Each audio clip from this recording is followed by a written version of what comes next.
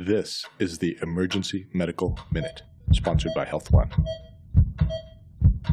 Hello, Emergency Medical Minute listeners. This is Nancy Lorenzon, faculty in Biological Sciences at the University of Denver and pre-health advisor for the university. I want to tell you about an awesome event that we're hosting later this month. On November 21st to the 24th, clinicians, educators, policymakers, and community will gather at the University of Denver for the first Colorado Behavioral Health and Wellness Summit. The intersection of mental health and substance use continues to be a challenge in the state of Colorado, as you know. The University of Denver, the Mental Health Center of Denver, and Envision join forces to create the summit as we share a collective commitment to encourage neighbors, friends, family, and colleagues from all around Colorado to learn more about behavioral health issues and substance use disorder. At this summit, the speakers and presenters will engage our community to break down silos statewide and to bridge gaps in communication and collaboration. The summit will provide various audiences with approaches to awareness and education, training and clinical practice, and policy, advocacy, and action. Participants are able to discover new tools and resources, discuss practical strategies for change, and connect with colleagues and experts. We hope this community collaboration will foster an increased focus on tackling these difficult issues. The event is free and open to the public, and we hope you all join. For more information, please visit our website at portfolio.du.edu/CO Health and Wellness Summit, or you can contact me at nancy.lorenzon@du.edu. All right, thanks. I'm Jared Scott from Swedish, and my assigned topic was circadian rhythms and shift work. And before I forget, obviously we'll just do a very quick 5-minute. In fact, I'm going to start my timer. We'll do a quick 5-minute overview. There are two really excellent papers. If you have interest in this topic, there's American College of Emergency Physicians, Circadian Rhythms and Shift Work. It's 7 pages of fascinating stuff about how you're killing yourself by working shifts. And then there is, for all of you who read the BMJ every single month, in November 2018, there was an article titled Optimizing Sleep for Night Shifts, and we'll kind of hit some of the highlights of that. But those are both really great articles. So we'll start off like many of the others. Oh, and I should say this is kind of the softball topic of the night. It's the wellness topic. And I realized that Nick assigned this to me because I am the scheduler at Swedish, and he is the night guy. So he just wanted to reinforce that, in fact, I am killing him. And I do feel very guilty after constructing this lecture. So we'll start with a case presentation, The Sleepy Intern. So a 29-year-old male finishes a 10-hour overnight shift at a large county teaching hospital. He feels drowsy at the end of his shift. He has a 10-mile commute home by automobile. He pulls up to a downtown intersection in his Mazda Protege. Vitals, blood pressure, heart rate 42. Yeah, right? It doesn't even exist anymore. Pain scale, 12 out of 10 from his overnight shift. Sluggish appearing male, otherwise normal exam. The patient is at risk for which of the following? Neil, what do you think this patient is at risk for? Dying from, running to the back of another car. Right, exactly. So this is me. This case presentation is me. So he is, in fact, at risk for, and I forgot to say what that was. Do I have a picture there? Oh, no. Motor vehicle accident, near-miss motor vehicle accident. Both of those have been well fleshed out in the literature and New England Journal articles. Disturbed sleep, cardiovascular disease, diabetes, obesity, peptic ulcer disease, cancer, shift work disorder. So has anyone ever heard of shift work disorder? It is an official ICD-10 diagnosis, so you can pull it up in Meditech. I'll give you a gift card if someone actually discharges a patient with shift work sleep disorder. What does it mean to have shift work disorder? Probably some of us in the room actually have this. So you have to have insomnia or difficulty getting to sleep when you should be sleeping. You're excessively sleeping when you should be doing productive tasks. It's been going on for at least 3 months. It affects your occupation or your home lifestyle. It's not attributable to some other medical problem. And it's actually, just like there's DSM for psychiatric diagnoses, there's an ICSD, the International Classification of Sleep Disorders, number 3, and you'll find it in there. So you get a prize if you diagnose anyone with that. This poor guy was an intern on his second day of the job at a Montreal company, and he fell asleep, and they took pictures of him, and it blew up on the internet. You can find all kinds of memes. People have posted him into like Marvel movies and other sitting next to Trump and things like that. Okay, so what happened to me in that scenario? So this is after a DG overnight shift. I basically pulled up to an intersection at Spear, very, very sleepy, stopped appropriately at the red light, treated it like a stop sign, and just proceeded right through the intersection in front of a cop who pulled me over and said, "What the heck are you doing?" And, luckily I had my DG badge with me. I told him I was a sleepy intern. All was forgiven, and thankfully nothing happened. But anybody have a near miss after a night shift, driving home from a night shift? Yeah. And I've even been in an accident. Luckily, I was not the one hitting someone else. I got hit, but it potentially could have been avoided. Okay, so a brief review of the stages of sleep. Stage 1 only lasts 5 to 10 minutes. There are alpha and theta waves during that. If you look on EEG, you're very lightly sleeping. In fact, most people, if you wake them up, they'll say, "Sleeping? What? I wasn't sleeping." Stage 2, this is the least understood phase of sleep. We don't really know what happens during this stage, but you have the spindle waves. And then stages 3 and 4, REM sleep, you have slower delta waves. During stage 3, you can think of this as restoring your body. So this is when growth hormone is secreted. This is when muscle repair recurs. Stage 4, REM sleep, your body is actually paralyzed. You become poikilothermic, so you're like a lizard, right? You lose temperature control. You've got the rapid eye movement, and you can think of this as restoration of your mind. So this is when you consolidate memories. This is when you have plasticity of your neurons. All of this should last about 90 to 110 minutes, and that's important for impacting our behaviors for working in the ER. So we'll get to that in just a minute. Oh, why am I so sleepy? That was supposed to be in the beginning. This is a guy who got arrested, strangely also in Montreal. He broke into someone's house at 2:30 in the morning, had some wine, had some pizza, and then tucked himself into their bed and was found in the morning. And sometimes you just can't resist. Okay, a brief review of a grossly oversimplified pathway for sleep. So in your hypothalamus, the SCN or suprachiasmatic nucleus is felt to be the gateway that allows you to sleep or not sleep. And this is heavily influenced by melatonin. So daylight, or any light, and particular blue light, is a very potent inhibitor of melatonin. And then darkness is kind of a promoter of melatonin, which is secreted by the pineal gland.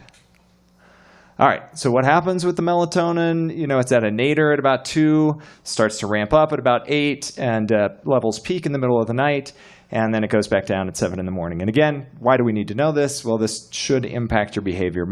So you hear a lot about how screen time inhibits your sleep. That's because of the spectrum that's coming from LED bulbs. So basically, if you're looking at daylight, which also inhibits your melatonin, you've got kind of the full spectrum of Roy G. Biv, right? All of the visible colors in the spectrum. But if you look at an LED bulb, you've got this spike of blue light, right? And if you're looking at, say, an LED bulb versus a candle, you've got 80% inhibition of your melatonin versus only 2%. So you should all go to bed, or maybe we should be working in the ED by candlelight. All right, what can we do to kind of optimize our sleep? We've got 3 slides on this, and then we'll pretty much be done. This is from that BMJ article. So the day of your first night shift, when your goal is to minimize sleep debt, you should sleep until you wake naturally. Don't set an alarm. Avoid morning coffee, and then take a 90-minute nap to complete one sleep cycle between 2 to 6 p.m. So it's interesting. There are different lengths of naps, and you can choose. A 5-minute nap has actually been shown to increase your attention span, increase your performance on tasks that require attention. So I actually sometimes do this on a night shift. If I'm feeling really sleepy, even if it's busy, usually you've got time, you can lay your head on the desk and take a 5-minute nap, and it actually will recharge you. A 30-minute nap is even better. We usually don't have time for that in the ED, but that gets you kind of into the second stage of the sleep cycle, right? 30 to 60 minutes is not recommended. Usually you get kind of increased sleep inertia if you've got a nap of that length. So if you're taking a nap before your night shift, you should shoot for about a 90-minute nap, which allows you to complete one sleep cycle, get restorative sleep, and prep you for the night. Okay, during the night shift, stay active. Run to all your patients. Take naps, right? Take naps of 10 to 20 minutes, not really feasible for us, but you could potentially take a 5-minute nap. Take caffeine before napping, but make that the last caffeine of the night. Really, caffeine is not recommended in the last 4 hours of your night shift. A lot of us will kind of hold off till the end, 4 a.m. When you're really sleepy, then you hit the caffeine. That's probably not the right way to do it in terms of your sleep hygiene. How much caffeine? Studies have shown that more than 200 to 300 milligrams is not going to be effective. In fact, you get detrimental effects after that. So if you're hitting more than 2 to 3 cups of coffee, it's probably not helping you that much. Prescription wakefulness agents. This would be modafinil, Provigil, these sorts of things. Yeah, cocaine, sure. I mean, they are essentially, Provigil is essentially a form of amphetamine with low abuse potential. Probably not going to be in your armamentarium. Eat lightly and to comfort. Build in checks during critical tasks to mitigate against reduced alertness and performance. This is probably really key. We know if you look in the kind of industrial setting, if you compare a day shift to a swing shift, you're going to have a 6% increase in accidents and errors. If you look at a day shift compared to a night shift, you're going to have about an 18% increase. So we're fooling ourselves if we think we're going to be as good at taking care of those septic patients in the middle of the night. So good time to listen to your nurses when you have suggestions. Good time to sit down and run the board more than you usually would. Just make sure that you're getting everything. Okay, try to avoid exposure to bright light. We're moving into the last few hours and way home. Really good idea to put on dark sunglasses before you even leave the department, because that sunlight, again, is going to inhibit your melatonin as you step outside. Consider public transport rather than driving. And if your hospital doesn't provide, they really should provide a place to nap if you choose before driving home. Okay, last one. Which of these will we talk about to make it short? I would say let's talk about days between night shifts. Try to get to sleep as early as possible. It's really tempting to stop at the store or go to the gym or read for a while, but you really should just go straight home and straight to bed without looking at a screen. Before sleeping, avoid bright lights, screens, alcohol. Alcohol is interesting because it really messes with that 4-step sleep cycle. It's interesting, the hypnotics like Ambien actually do increase your sleep length, but not your quality of sleep. So if you remember the 4 sleep cycles, your 3rd stage and your 4th stage are restoration of the mind and restoration of the body. Ambien actually only increases kind of your 2nd stage of sleep, so it doesn't really do much for you. And then last one, accept that any sleep is better than none, even fragmented or shortened sleep. So, don't just kind of say, oh, I got to go to the dry cleaners and I got to pick up the pet and I got to do this. So I'll just wait until this afternoon to sleep. Even if you get, little 2-hour blocks, but your total sleep for the day is 6 hours, that's going to be far better than having a small amount of sleep in one block. So lots more we could say. Oh, yeah, this is just a fun thing. When all else fails, you can toss somebody in your bed before you go to sleep. So in the UK in 2010, they did this experiment where you could ask the concierge to have someone come warm up your bed. So a hospital employee would come dressed in like a clean suit, and then they would snuggle in your bed for 5 minutes without you, and then get out and allow you to go to bed in a pre-warmed bed. So, I mean, Ian has asked me about that before, but I've refused on multiple occasions. I have a question about the post nights and coming back to a normal schedule. So yeah, you want to minimize sleep debt. They talk about like you finish your 3 nights. I usually find that if I'm working 3 nights, that after that 3rd night, that's my best day's sleep. Yes. Because I'm the mode, and I don't want to give it up because I'm afraid of losing overall sleep debt or creating sleep debt. But that says 180-minute nap. And sure. So I'm with you. It's a great question, and there are a lot of people that I think try to go home after their their last night shift and just sleep a little, and then have a miserable day, and then kind of reset for the night. According to the BMJ recommendations, you should have a minimum of 90 to 180 minutes, and then if you wake spontaneously, you should get up and exercise right away. Actually, that's the best time to exercise when you're having kind of sleep disorders, is immediately after you wake. But I'm with you. I would go against these recommendations and say, as long as you're not a person who then is going to have trouble getting to bed that night at a normal time, I would say as much sleep as you can in the morning, and then again back at nighttime. So, other sleep questions? The screen thing, does it help at all to put on, I know you should avoid screens, but yeah, like in the necessity that you have to answer emails and texts before you turn off your phone to try to sleep? Does it help at all to wear sunglasses or anything to mitigate the screen influence or not? Great question. Nobody's really studied that with the screens specifically. There are preliminary studies about the blue blocker sunglasses, and they seem to be effective, but these are very preliminary pilot studies. And there's a dark mode now to most smartphones that can help with your sleep. like the basic hygiene things, you should have no electronics and Yeah. Yeah. And it's thinking just it's How firm is that rule on no alcohol? Oh, no alcohol.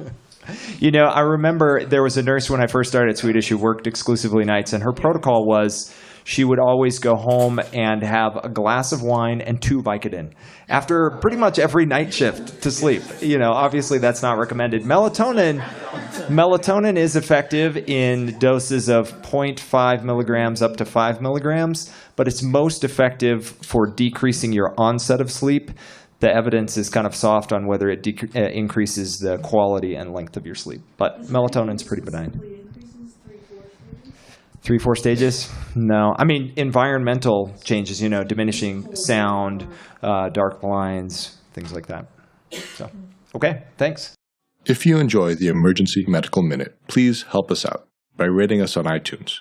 For more free medical education, follow us on Facebook, Instagram, or Twitter. Make a donation and subscribe to our newsletter at emergencymedicalminute.com.